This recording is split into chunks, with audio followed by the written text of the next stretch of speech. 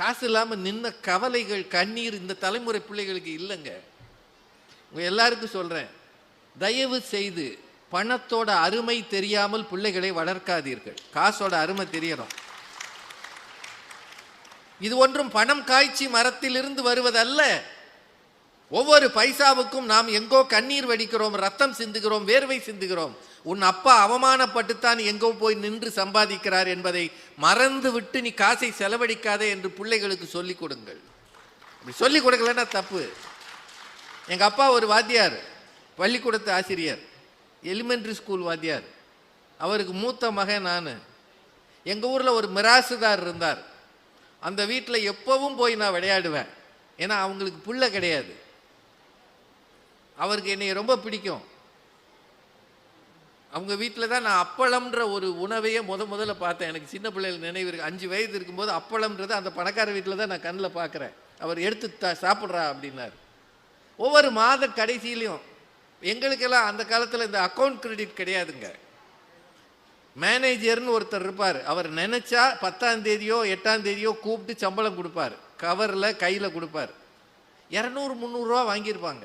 அது பெரிய சம்பளம். 60களில் 70களில் காசு இல்லாத காலம்.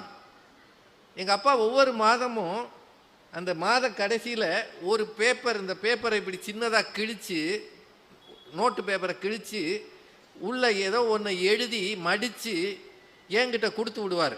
போய் அவர்கிட்ட கொடுத்துட்டு வாடான்னு. நான் வழக்கமாக இந்த காரில் போகும்ல, ஜீங்கன்னு போகும்ல, வீட்டை விட்டு கிளம்புனானே பைக் ஸ்டார்ட் பண்ணி கிருன்னு போகும்ல, அப்படி தான் போவேன். ஓடி போய் அந்த வீட்டில் அவரை பார்த்து அப்படி கொடுப்பேன். அவர் உள்ளே போய் ரூபா எடுத்துகிட்டு வந்து கொடுப்பாரு. எனக்கு அது ரொம்ப நாளாக தெரியலை. ஓரளவு படிக்க தெரிஞ்ச பிறகு ஒரு நாள் இதில் என்ன இருக்குன்னு வாசித்தேன்.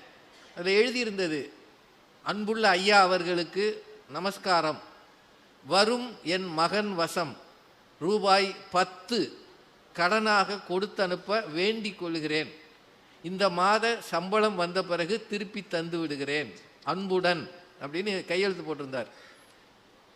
எனக்கு அப்படியே பரிதாபமாயிடுச்சு. இவ்வளோ நாள் அந்த வீட்டுக்குள்ளே துள்ளி விளையாடின நான் இந்த வீட்டு வாசலில் கடன் வாங்க நிற்கிறேன்னு தெரிஞ்ச உடனே என் மனசு அப்படியே சூம்பி போச்சு. அதுக்கு பிறகு அந்த வீட்டுக்கு போகிறதையே நான் குறைச்சிக்கிட்டேன். ஏன்னா முன்ன மாதிரி உரிமை எடுத்து போக முடியாது. நானே இந்த வீட்டுக்கு கடன்காரன். கடன் என்றால் என்ன, வலி என்றால் என்ன தெரியாத பிள்ளைகள் இந்த தலைமுறையில் வாழ்கிறார்கள். பணத்தோட அருமை தெரியும்படி பிள்ளை வளர்த்து பாருங்கள். காசை பத்திரமா வச்சிருப்பான்.